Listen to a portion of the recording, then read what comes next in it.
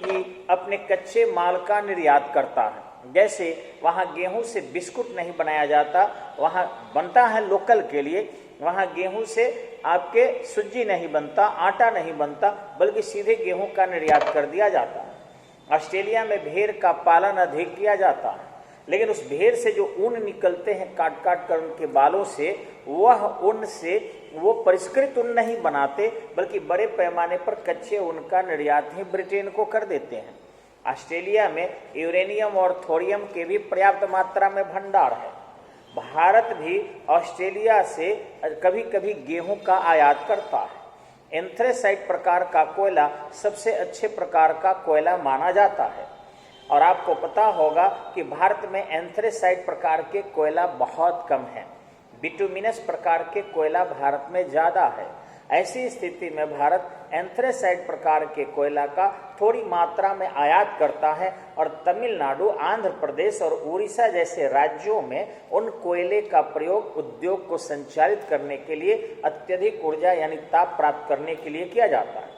क्योंकि एंथ्रेसाइट कोयला में 90% तक कार्बन की मात्रा होती है, जिससे पर्याप्त मात्रा में ईंधन प्राप्त होता है और लंबे समय तक वह कोयला चलता है।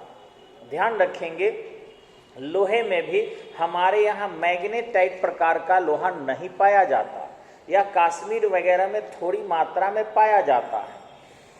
हेमेटाइट प्रकार के लोहा भारत में अधिक पाया जाता है। अतः उच्च क्वालिटी के लोहा मैग्नेटाइट प्रकार के लिए हमें ऑस्ट्रेलिया से आयात करना पड़ता है, लेकिन ऑस्ट्रेलिया इन लोहे को भी कच्चे रूप में ही निर्यात कर देता है। ऑस्ट्रेलिया में पशुओं को चराने के लिए अनेक चारागाह बना हुआ है। वहाँ भेड़ पालने के लिए भी चारागाह बना हुआ है, बारबंदी की गई है, और भेड़िया नामक जो जानवर है, संहारक शिकारी, वह भेड़ों को मार डालता है। अतः भेड़ों को बचाने के लिए वहाँ पर भेड़िए को मार कर उसके खाल को टांग दिया जाता है, जिससे भेड़िया देखकर भाग जाए। उस बारबंदी में कोशिश होती है कि कहीं से भेड़िया न गुजरे। वहाँ पर भेड़ों को चराने के लिए जो अश्वारोही है दस्ता, उसका प्रयोग किया जाता है। उन भेड़ों के देख रेख के लिए कुत्ते भी बड़े पैमाने पर पाले गए हैं, जो भेड़ों को भटकने से रोकते हैं। एक चारागाह से दूसरे चारागाह में शिफ्ट कर दिया जाता है, और फिर पहले चारागाह को फिर यूरिया वगैरह, कैल्शियम वगैरह देकर उपजाऊ बनाया जाता है। ऑस्ट्रेलियाई समाज में कई संस्कृतियों के लोग निवास करते हैं। ऑस्ट्रेलिया की सबसे लंबी नदी मर्रे डार्लिंग नदी है।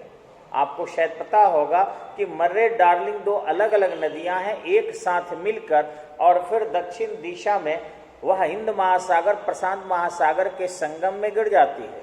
ज़्यादातर वह प्रशांत महासागर में ही गिरती है, और उसका बहाव दक्षिण दिशा में है।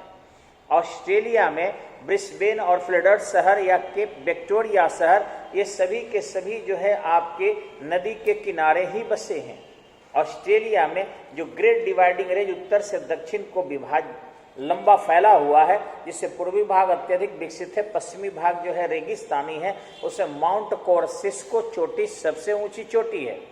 यानी ऑस्ट्रेलिया की सबसे ऊंची चोटी, पूरे ऑस्ट्रेलिया देश ने, ऑस्ट्रेलिया महादेश की चर्चा मैं कर रहा हूँ, यानी ऑस्ट्रेलिया महादेश में 22 देश है, और 22 में सबसे ऊंची चोटी माउंट कोर्सिस्को है, जिसकी ऊंचाई 2229 मीटर है, यानी 2229 मीटर है। ध्यान रखेंगे, ऑस्ट्रेलिया में सबसे ऊंचा जलप्रपात मौना लोआ है। ऑस्ट्रेलिया में सबसे ऊंचा जलप्रपात मौना लोआ है, जिसकी ऊंचाई 4168 मीटर है।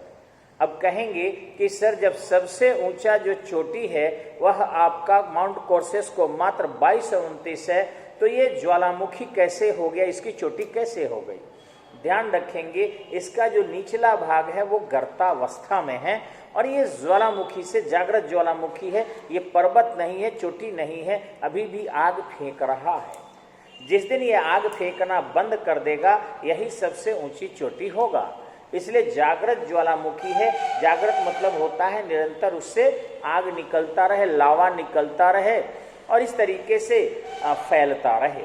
तो सबसे ऊंची चोटी जब ये स्थिर हो जाएगा तो यही हो जाएगा। ऑस्ट्रेलिया के दक्षिण पूर्व में न्यूजीलैंड स्थित है। ठीक, ऑस्ट्रेलिया का जो मुख्य भूमि है इसके कुछ ही दूरी पर अगर पूरब तरफ आप जाएंगे तो आपको न्यूजीलैंड मिलेगा, जिसे दक्षिण का ब्रिटेन कहते हैं। न्यूजीलैंड को दक्षिण का ब्रिटेन कहते हैं। यह हमेशा ही परीक्षा में आता है, आपको ध्यान देना होगा। इस महाद्वीप का सबसे लंबा रेल मार्ग ऑस्ट्रेलियाई ट्रांसकंटिनेंटल रेल मार्ग है। इस महाद्वीप का सबसे लंबा रेल मार्ग ऑस्ट्रेलियाई कंटिनेंटल रेल मार्ग है, जो सुदूर दक्षिण पूर्वी हिस्से से उत्तर पूर्वी हिस्से तक चला जाता है। इस महाद्वीप का जो सबसे महत्वपूर्ण जीव है वो कंगारू है, लेकिन एमू और कोक्काबर्रा ऐसी पक्षी वहां हैं जो उड़ान नहीं भरते हैं। एमू और कोक्काबर्रा उड़ान नहीं भरते हैं और वो पैदल ही चलने का काम करते हैं। ध्यान रखेंगे, ऑस्ट्रेलिया में विचित्र बहुत सारे जीव जंतु पाए जाते हैं। उन विचित्र जीवों में कुछ ऐसे सांप है जो रेगिस्तान के बालू में ही छुप कर रह जाते हैं। एक लाई बर्ड पाई जाती है, लाई माने झूठ, बर्ड माने चिड़िया। भारत में लोग कहते हैं तोता और मैना मनुष्य की आवाज का नकल करते हैं। हमने भी देखा है, लेकिन हूबहू नकल नहीं करते हैं। लेकिन ऑस्ट्रेलिया में लाई बर्ड जो है, अगर आप दरवाजा नॉक करते हैं और कहते हैं प्लीज ओपन द डोर, टुन टुन टुन टुन, प्लीज ओपन द डोर, तो वो चिड़िया भी तुरंत ही रिपीट करना शुरू कर देती है। जैसे आप अंदर जाएंगे अपने मुंह से ही आवाज दरवाजा के नॉक करने जैसा निकालती है। टन टन टन टन बोलेगी, please open the door, please open the door, please open the door. घर वाला जब दरवाजा खोलेगा तो उसे कोई नहीं नजर आएगा, लेकिन तब तक पता चलेगा कि वो किसी पत्थर पर या पेड़ पर बैठकर लगातार बोलते जा रही है, प्लीज ओपन द डोर। वहां देखकर लोग समझ जाता है कि वो लाई बर्ड है, यानी विचित्र प्राणी वहां दिखाई पड़ते हैं। ध्यान रखेंगे, ऑस्ट्रेलिया के विख्यात जो सोने का खान है वह कूलगार्डी है। विख्यात सोने का खान विश्व विख्यात है, अच्छे प्रकार के वहां सोने निकलते हैं, वह कूलगार्डी है और कालगुरली है। कूलगार्डी और कालगुरली, जहां अच्छे प्रकार के सोना का उत्खनन किया जाता है। ऑस्ट्रेलिया में सर्वाधिक बॉक्साइट का उत्पादन होता है। ऑस्ट्रेलिया में सर्वाधिक बॉक्साइट का उत्पादन होता है और सीसा अयस्क के उत्पादित करने वाला देश भी अग्रणी ऑस्ट्रेलिया ही है। ऑस्ट्रेलिया के पश्चिमी भाग में अनेक छोटे छोटे झील पाए जाते हैं, जो रेगिस्तानी क्षेत्रों में कभी कभी वर्षा होने से अच्छे मृदा जो अपारगम्य शैल से बना है वहां पर जल संचय हो जाता है। उन संचित जलों में अनेक जलीय जीव पाए जाते हैं, जिसमें मछलियां बड़े पैमाने पर पाई जाती है, लेकिन उन मछलियों के शिकार करने वाला भी कोई नहीं पाया जाता। ध्यान रखेंगे कि जो कंगारू वहां मिलते हैं ऑस्ट्रेलिया के पश्चिमी रेगिस्तानी क्षेत्रों में, तो चील कौवे भी कम नहीं है। वहां पर बाज जो चिड़िया है या फिर चिल जो चिड़िया है, वो कंगारुओं के बच्चों के शिकार में हमेशा बैठे रहते हैं। और जैसे ही कंगारू अपने बच्चे को जन्म देते हैं, वो झपाटा मार के उन्हें जख्मी करके कंगारू को भी अपने पैरों और नाखूनों से मार मार कर जख्मी कर देते हैं और उनके बच्चों का आहार कर लेते हैं। ऐसा देखा गया है कि ऑस्ट्रेलिया महादेश में जो मायोरी जनजाति के लोग हैं, हालांकि सबसे ज़्यादा ये न्यूजीलैंड में हैं, वे बड़े पैमाने पर पशु चराने का काम करते हैं।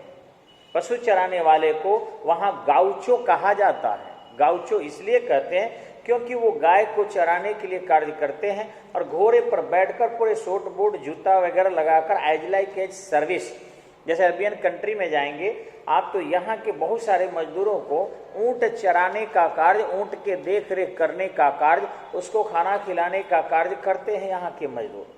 भले ही आकर अपने यहाँ वो कहते हैं कि हम बहुत अच्छा कर रहे हैं।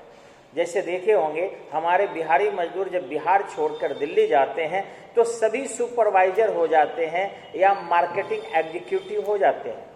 यहाँ आने के बाद उनकी सुपरवाइजरी समाप्त हो जाती है और मार्केटिंग के नॉलेज समाप्त हो जाते हैं। तो चूंकि यहाँ कुछ भी कहेंगे कोई नहीं जान सकता और अपने आसपास के लोगों से श्रेष्ठ बनने का प्रयास करते हैं।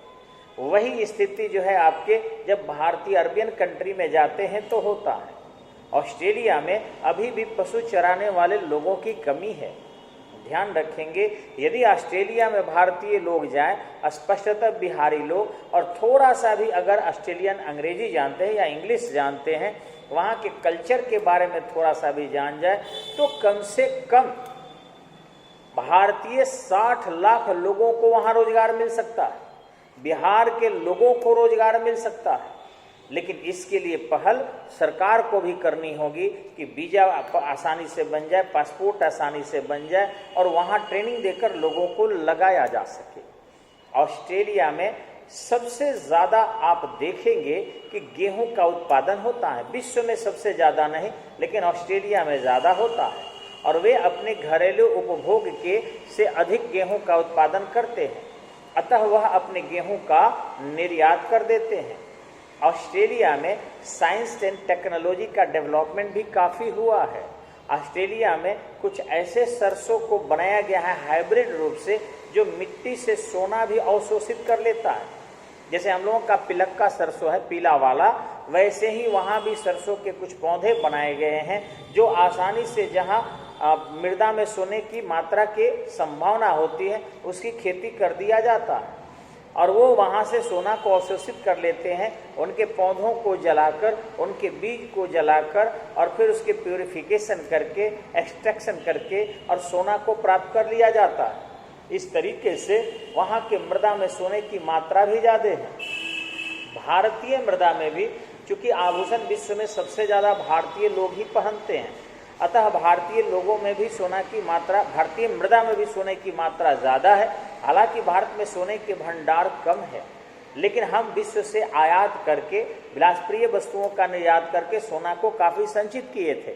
यही कारण है कि भारत को सोने की चिड़िया कहा जाता था, सिल्क रूट पर नियंत्रण होने के कारण। उन आभूषणों को जब हम प्रयोग करते हैं तो उनमें अपर्दन की क्रिया होती है और वह जल के माध्यम से अन्य प्रकार से हमारे मृदा में फैले हुए हैं।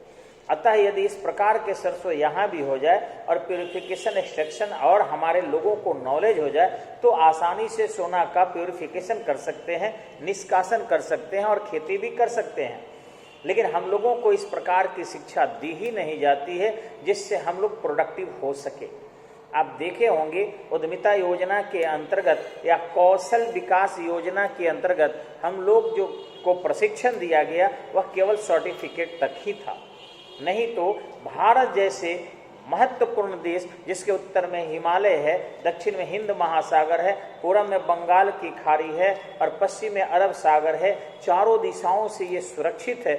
यहाँ की मैदान समतल विश्व की सबसे विशाल समतल मैदान है, और उन देश में जहाँ मानसूनी वर्षा आने वाले मानसून से भी, लौटने वाले मानसून से भी होता है। आपको पता होगा विश्व में सर्वाधिक वर्षा वाला स्थान भारत में ही मेघालय में मासिनराम है। उस देश में अगर अभी तक विकास नहीं हुआ है तो निश्चित ही नेतृत्व का दोष है या हमारे एजुकेशन सिस्टम की कुछ न कुछ फॉल्ट है। ऑस्ट्रेलिया में ऐसा नहीं है। ऑस्ट्रेलिया में साइंटिफिक एजुकेशन दिए जाते हैं और एजुकेशन को ज़्यादा वहाँ महत्व दिया जाता है, जिस कारण Australia not a developing country बल्कि एक डेवलप्ड कंट्री हो चुका है। अब हम लोग थोड़ा सा बढ़ेंगे एक नवीन बिंदु की